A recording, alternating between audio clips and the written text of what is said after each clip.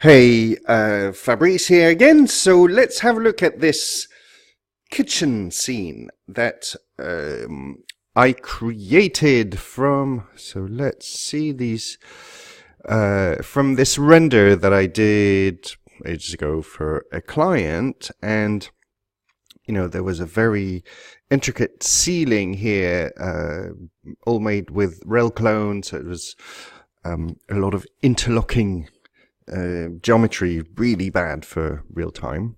So there was a bit of a challenge here to see if I could come up with a way to illustrate that in Unreal. And then this floor, which was made, I think it was i2Soft Relclone as well. And the floor material, so there were lots and lots of texture maps. So there was an interesting challenge as well here to create these, and then to generally see if we could get this kind of soft lighting coming from the windows here.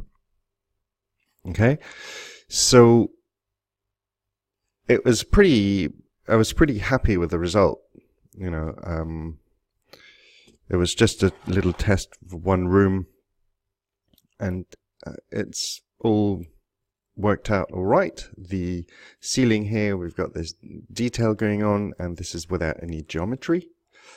And I sort of did the workflow for these for this floor so that we were able to output it as a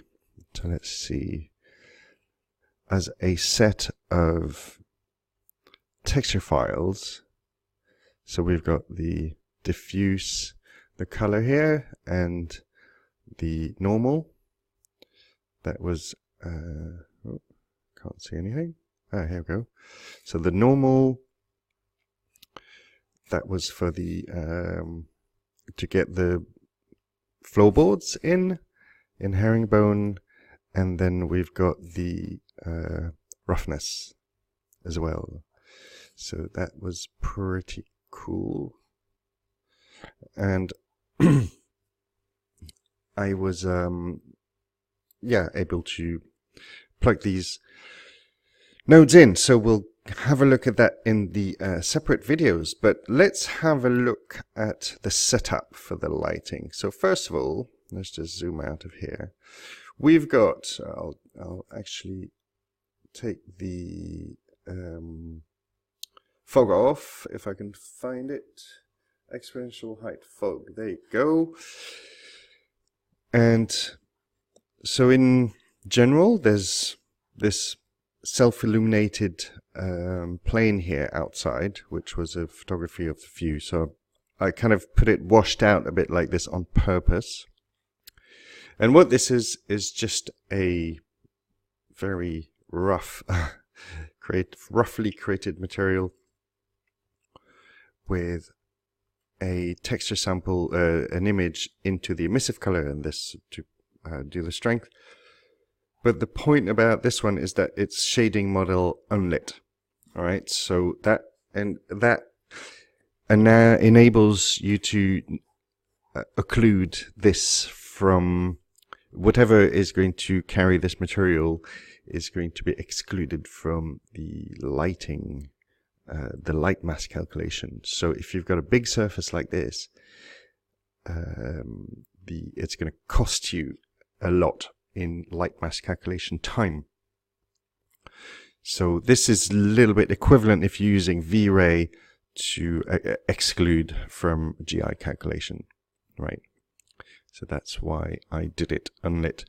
Other than that, always I do an outer box to block off any illumination coming from anywhere apart from the windows, right? So you see that this, if I just open it like this, you see that this is just a simple box with the windows punched for the openings. So that's also very important to have if you want to have your illumination right. Otherwise, this is the exact setup that we've got, you know, in the lessons.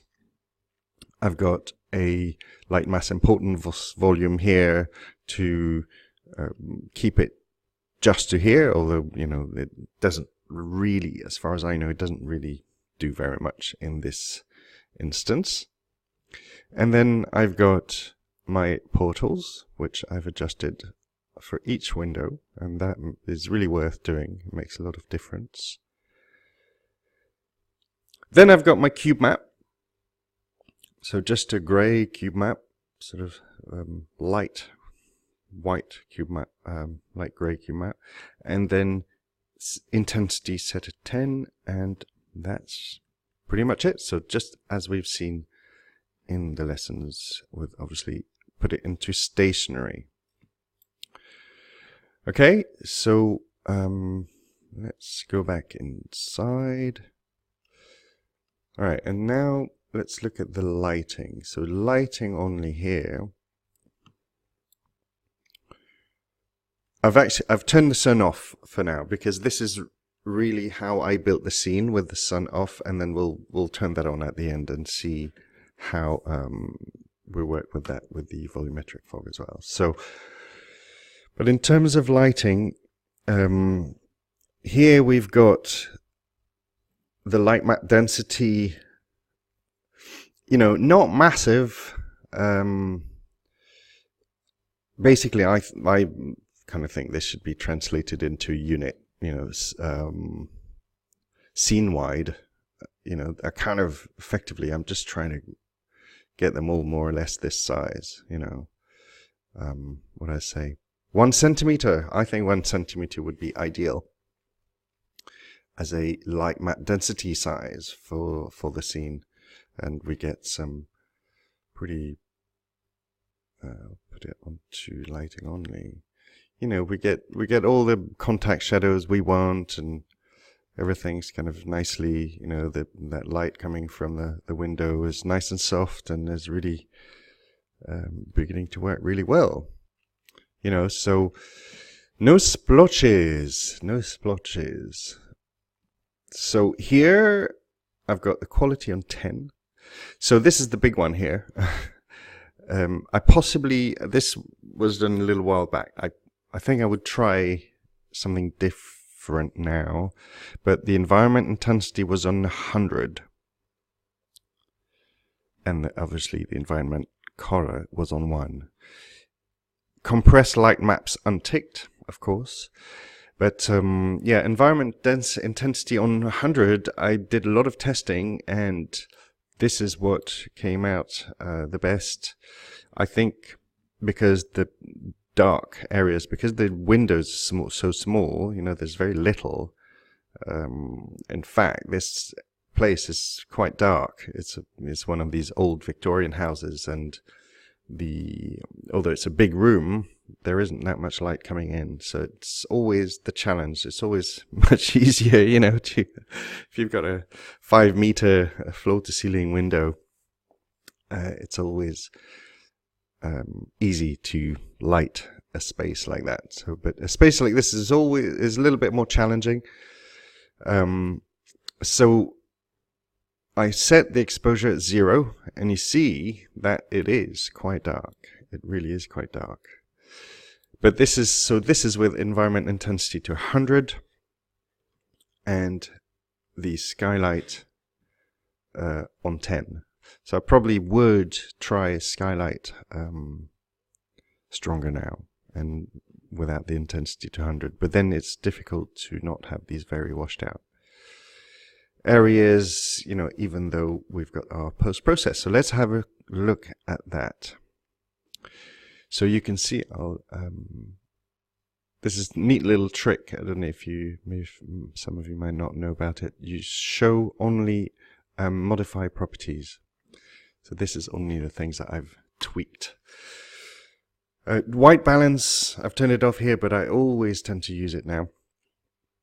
And with a blue tinted sky, perhaps more than now. Here it was all white. The sky was white. So So let's go back to our automatic. The slope was definitely used in this instance, although here it doesn't. Yeah, I didn't change it very much. The default is 0.88, and so, but the two together do make quite a difference.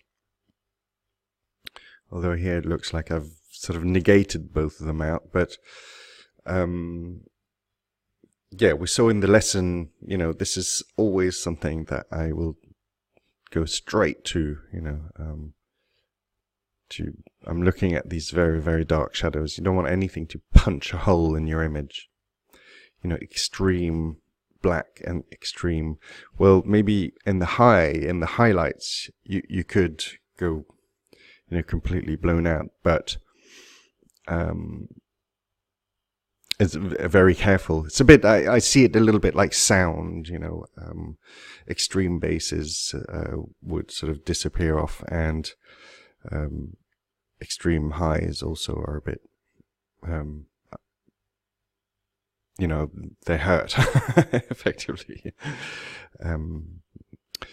Okay, carry on. Vignette intensity, I always add, the default here is 0.4, so it's going to just be, it will be in.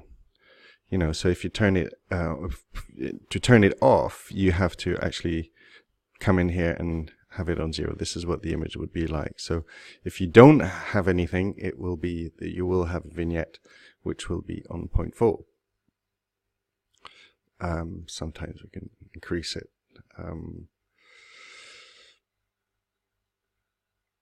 To have a bit more, and then you would add a bit of contrast to make the spot in the middle brighter. So, but I don't want to start playing around with this right now. We'll just carry on. So the auto exposure, I think is quite important. So let's go onto our lit view. So this is what happens if I put them back at default. Right, you see here, it's too dark.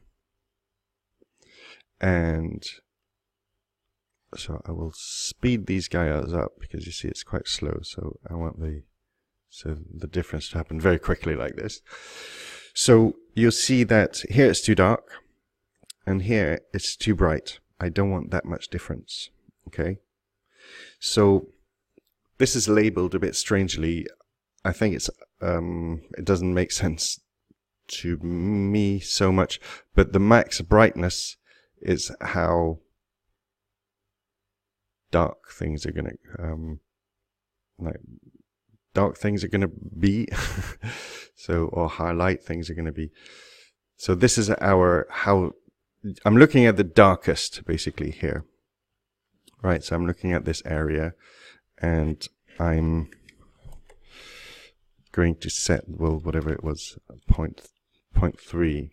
Right, so this is my maximum brightness that I'm setting. So this is the brightest bright. Yeah, so it is actually labeled properly. This is how bright it's ever going to get. Obviously, that's not what that's doing. So I think what this is that it's setting the brightest level of this bright. Okay, so if it's taking this bright.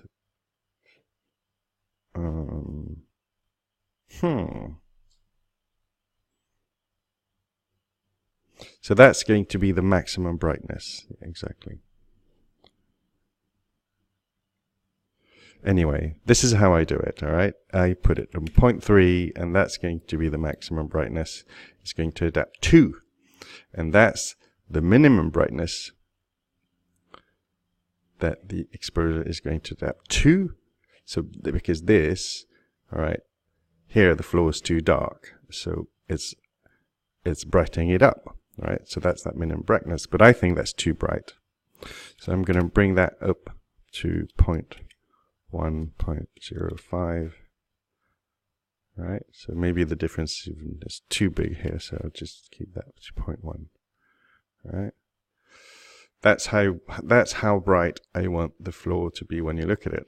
So now I'll cancel these two, and then you'll see that it's just going to brighten up. You know, it's not going to change so drastically when we change the exposure. Okay, but it's going to change a bit. So if I want it to 0.05, it's going to change a bit more. You know, but we don't want this very, very sudden and bright changes in exposure, I don't think.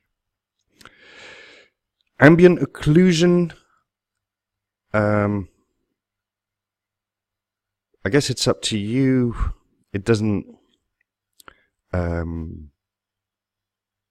like to turn it off, especially when I'm working on the light mass. You know, when I'm working on a clean light mass and I'm really trying to get these contact shadows going.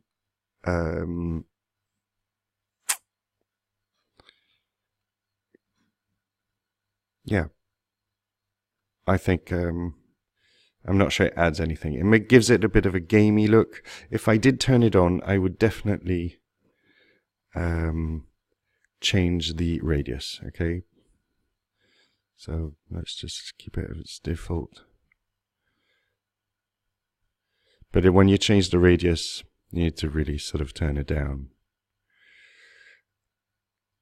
And then it looks a bit fake to me. So I turn it off. In order to turn it off, because the default is 0.5, yeah. In order to turn it off, you need to turn this on and then put it on 0. Okay, so right. And then so light propagation volume, I was playing around with the GI in there. And so screen space reflections, that's really important as well.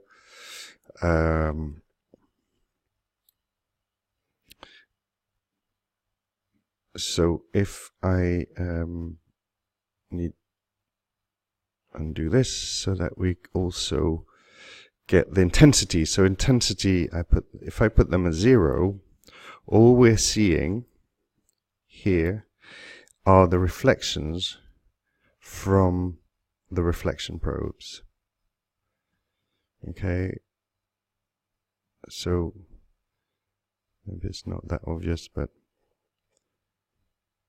if I turn them off, I got any sphere, right?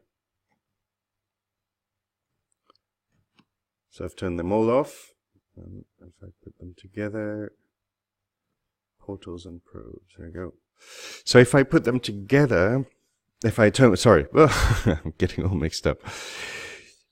If I turn them off, here we have no reflections, you know, it doesn't look like there's any reflections at all. The only thing that's reflecting is my skylight, which, so if I turn that off, we'll start from scratch.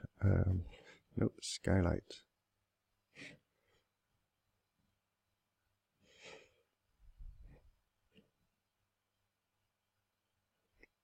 Whoa. Why is my details panel showing me the wrong thing? Go figure. Here we are, skylight showing. So skylight. Effect world. Right, so that makes sense, okay? There is no reflections at all on this floor now. So I'll turn that on. So that's actually, you know, that's another issue, but it's showing me white, which is you know, it's not my best reflections. But so let's carry on and so turn on the reflection from the reflection probes, and that's all looking pretty cool. But it's quite inaccurate. So if you want to get some real reflections, obviously these are not exact in all areas, especially I'm kind of looking at the reflection on the windows here, and there's quite a lot of roughness. So we can't see it very well, but the windows are not accurate. So that's what our screen space reflections are going to help us with. Okay, so I turned that on, and you can see that now the reflections are exactly under the windows. Okay, the quality by default is on 50, and so that's great, but that's not what we're looking for. We really want the quality to be on 100. Makes a big difference. Massive difference, in fact. So that really should be on 100 by default for our purposes. And then the max roughness also is going to be a big difference. Make a big difference.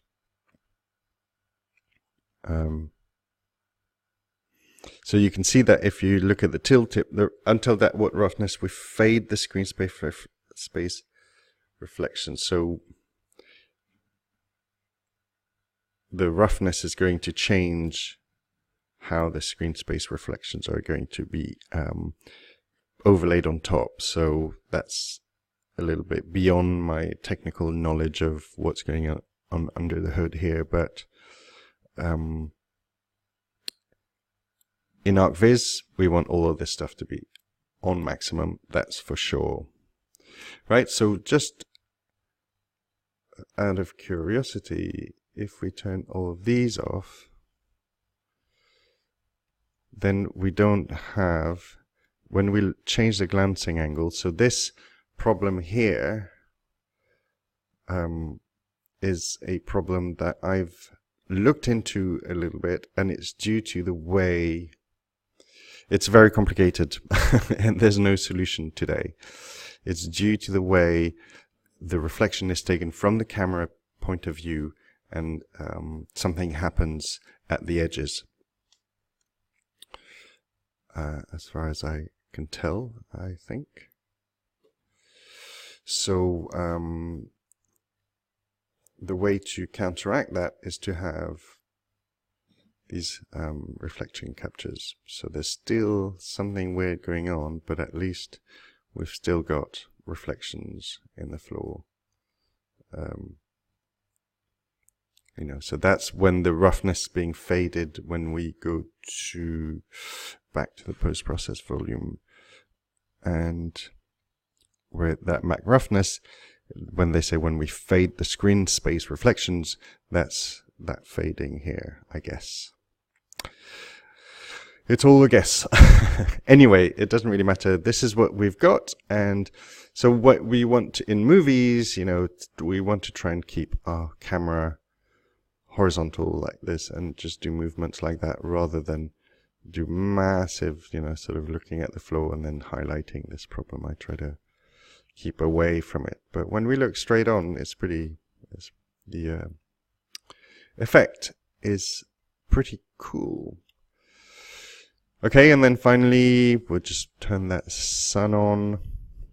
So this is the benefit of this method, is that, you know, the GI is calculated only for the ambient light coming from the sky, and the sun is set on movable here, and we've got these soft shadows that coming in, so we've seen all of that. So it actually turned, for some reason, the indirect lighting intensity here. Oh yes, because that was using the GI. So actually I'll want to turn that off like that. But in fact, if we are using the GI, you know, this gives us, if we put that on very low, this has got the real-time GI, and on very low, it could really help us. If you look at this wall here, So maybe this is the way to use the real-time GI. You know, if you look at the illumination on this post here, it's really giving us a little bit of feedback. So if I put this very bright, you know, these walls are going to be responsive. You know, so we've got a blue tint coming on those walls again as well. So that's pretty cool. Maybe this is a good way to use, you know, real-time GI nowadays. It's always a bit of a hack, isn't it, when we use new technology. What else? Temperature. I tend to use that on and off. Value was on 40, although, you know, 80, 40, all these things are really handled very well by the auto exposure and the tone mapper at the same time. So that's really, really good.